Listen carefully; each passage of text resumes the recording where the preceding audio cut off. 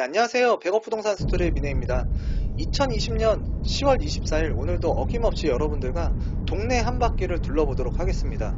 지난 3년 5개월 동안 부동산 시장을 겨냥한 전방위적 규제가 정말 많이 쏟아졌고요.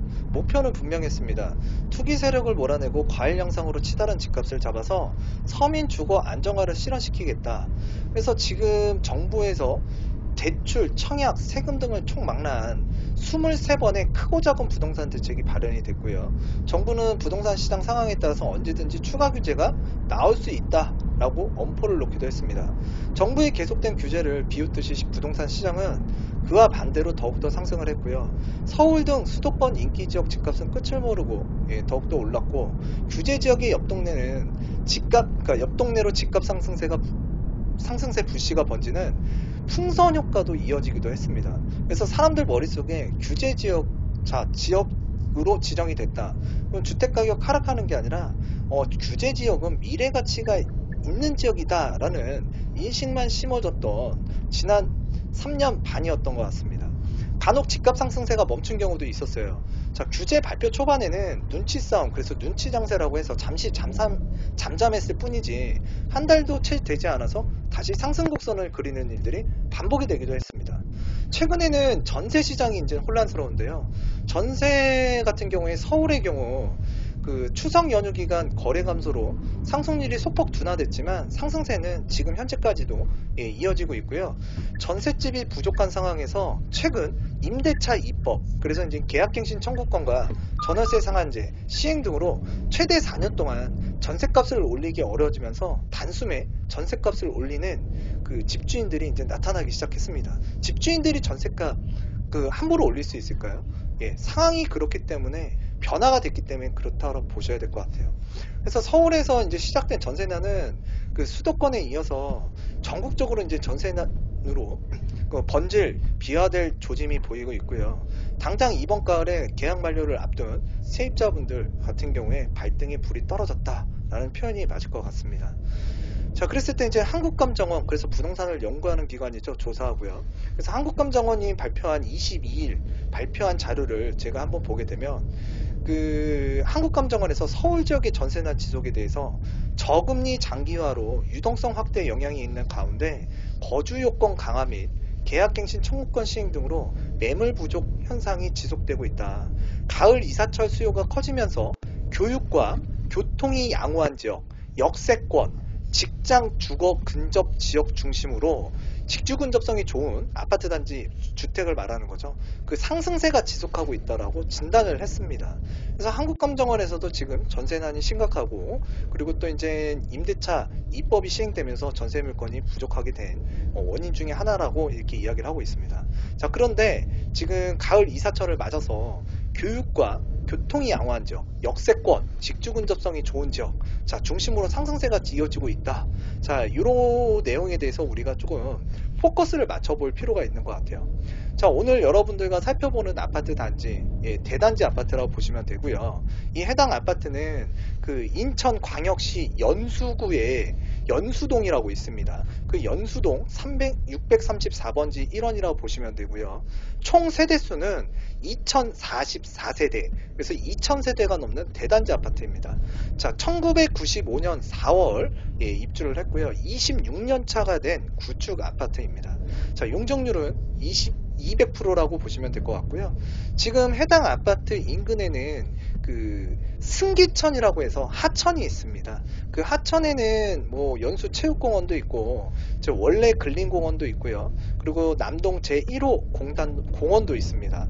그래서 이제 공원도 주변에 있는데, 그 바로 승기천 건너편에 그 인천에서 일자리가 그래도 많다고 하는 남동공단이 있습니다. 그랬을 때 직주 근접성이 좋은 지역은 뭐 부동산 상승기나 하락기나 항상 관심 있게 사람들이 바라보는 그 지역이라고 보셔야 될 것 같고요. 그리고 또 이제 이 아파트 단지를 중심으로 해서 이 원인 지역이라고 있습니다. 그래서 이제 그 화면 초반에 이제 원인 지역을 지나가고 있는 영상을 여러분들께서 보셨을 텐데, 지금 원인 지역 같은 경우에는 그 인천 1호선이 있고요. 그 다음에 수인선이 1단계, 2단계, 3단계까지 완전 개통이 되면서 인천에서 수원까지 또 연결이 됨으로써 또 이제 교류도 앞으로 활발해질 것 같아요. 그래서 지금 현재 1호선, 인천 1호선과 이 수인선, 그래서 이제 더블 역세권 아파트라고 보시면 될 것 같고요. 또 이제 이 아파트를 중심으로 해서 이 뒤편에는 초등학교, 중학교, 고등학교가 있습니다. 그래서 이제 학세권이면서 역세권인 아파트 단지고요. 또 직주 근접성이 굉장히 뛰어난 아파트라고 보시면 될 것 같습니다. 자, 그랬을 때 지금 해당 아파트 제가 전경을 둘러보게 되면 그 우성 아파트가 서울에도 있고 경기에도 있고 뭐 이렇게 인천에도 있잖아요. 다 비슷하게 생겼습니다. 우성 아파트는. 근데 이 우성 아파트를 이렇게 단지를 전경을 둘러보게 되면 상당히 쾌적하고 또 이제 이 역세권과 굉장히 인접하고 있기 때문에 그 유동인구가 생각보다 좀 많이 있더라고요. 그리고 이제 이 해당 아파트 앞쪽에 그 원인지역 같은 경우에는 현재 더블 역세권이지만 향후에 그 월곡 판교선이 들어오게 됩니다. 그러면 이제 트리플 역세권이 되는 아파트 단지이기 때문에 또 많은 분들께서 눈여겨보고 계시는데요. 일단은 그 월곡 판교선, 그러면 월곶에서 판교까지 가는 노선으로 생각을 하시는데, 이 월곡 판교선은 그 인천의 그 구도심, 그러니까 송도예요. 신송도 말고 그 송도 국제 신도시가 있는 그 송도가 말고요. 그 원래 옛날 그 송도역이라고 있습니다. 그 송도역에서 지금 출발을 하고요.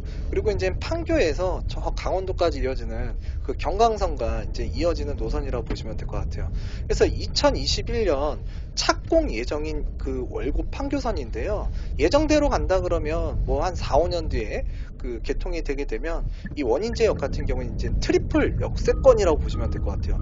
그런데 이 지하철 노선 같은 경우에는 계획대로만 가면 뭐 괜찮겠죠. 근데 항상 우리가 예상했던 것보다는 좀 시간을 지체하거나 지연하는 현상들이 빈번합니다. 자, 그렇기 때문에 일단 내년에 착공 예정이긴 한데 또 그것도 지켜봐야 될 것 같아요. 그래서 지금 저 앞쪽에 그 연수 우성 2차 아파트를 지금 보이는데요. 좌측편이 지금 연수고등학교고요. 지금 우측편은 연화초등학교고, 이 연화초등학교 바로 옆에 왼쪽 편이 연화중학교가 있습니다. 그래서 이제 아이들이 도보권으로 이제 초중고등학교를 다닐 수 있기 때문에 그 학세권, 그래서 이제 그 아이들을 좀 키우기도 괜찮고요. 또 이제 지하철역을 이용해서 출퇴근도 가능하고, 사실 인천 같은 경우에는 지하철 노선보다도 이 자차를 이용하시는 분들도 많거든요. 자, 그런데 인천 1호선 같은 경우에는 사실 서울 접근성과는 크게 연관성이 있는 노선은 아니지만, 인천 지역에서 이 남동공단으로 출퇴근을 할 때에는 인천 1호선을 타고 이 원인제역까지 와가지고요, 이 원인제역에서 수인선으로 환승을 해야 그 인천 남동공단에 위치하고 있는 남동 인더스파크역으로 이제 그 이동이 가능해요. 그래서 이쪽이 생각보다 유동인구가, 이 지하철을 이용하는 유동인구가 굉장히 많은 그 아파트 그 지역이라고 보시면 될 것 같고요. 자, 그랬을 때 일단 여러분들과 그 해당 아파트 단지를 한번 살펴봤고요. 이 해당 아파트 단지 지금 시세를 한번 살펴봐야겠죠. 그래서 총 3개의 평수대로 구성이 되어 있는데, 일단 국토교통부 실거래가 기준으로 말씀을 드리겠습니다. 항상 제가 말씀드리지만 이 국토교통부에서 발표한 그 실거래 신고가 된 자료는 매도자와 매수자가 합의된 가격이라고 보시면 돼요. 그래서 너무 멀리 과거에 있는 가격보다는 최근에 얼마에 매도자와 매수자가 합의돼서 거래가 됐는지가 중요하기 때문에 제가 말씀을 드리는 거고요. 네이버 호가하고는 약간의 차이가 있을 수도 있고 또 같을 수도 있고요. 조금 저렴할 수도 있습니다. 자, 그걸 참조해서 이제 들어주셨으면 좋겠는데, 지금 17평형 같은 경우에는 528세대고요. 최근 거래된 그 실거래가는 2020년 9월 23일 1억 9,500만원에 20층이 거래가 됐고요. 2020년 9월 13일 날 7층이 2억 100만원에, 2020년 9월 12일 1억 9,500만원에 5층이 거래가 됐고요. 또 23평형은 888세대가 이제 구성이 되어 있는데, 2020년 10월 10일 2억 9,300만원에 22층이 거래가 됐고, 2020년 10월 9일날 3억 4천에 7층이 거래가 됐습니다. 2020년 9월 15일 3억 3,700에 16층이 거래되기도 했고요. 자, 그리고 이제 33평형 같은 경우에는 2020년 6월 25일날 3억 9,500에 12층이 거래가 됐고 2020년 6월 16일 3억 9,500에 9층이 거래가 됐습니다. 2020년 6월 16일 3억 5천만 원에 2층이 거래된 이 33평형 아파트고요. 33평은 628세대로 구성이 되어 있습니다. 자, 그래서 하여튼 여러분들과 이 해당 아파트는 좀 아이들 키우기도 좋고요. 직주 근접성도 좋고 여러분들과 동네 한 바퀴는 이쯤에서 마치도록 하겠고요. 다음 시간에도 유익한 내용으로 다가서는 100억 부동산 스토리 민혜가 되도록 하겠습니다. 감사합니다.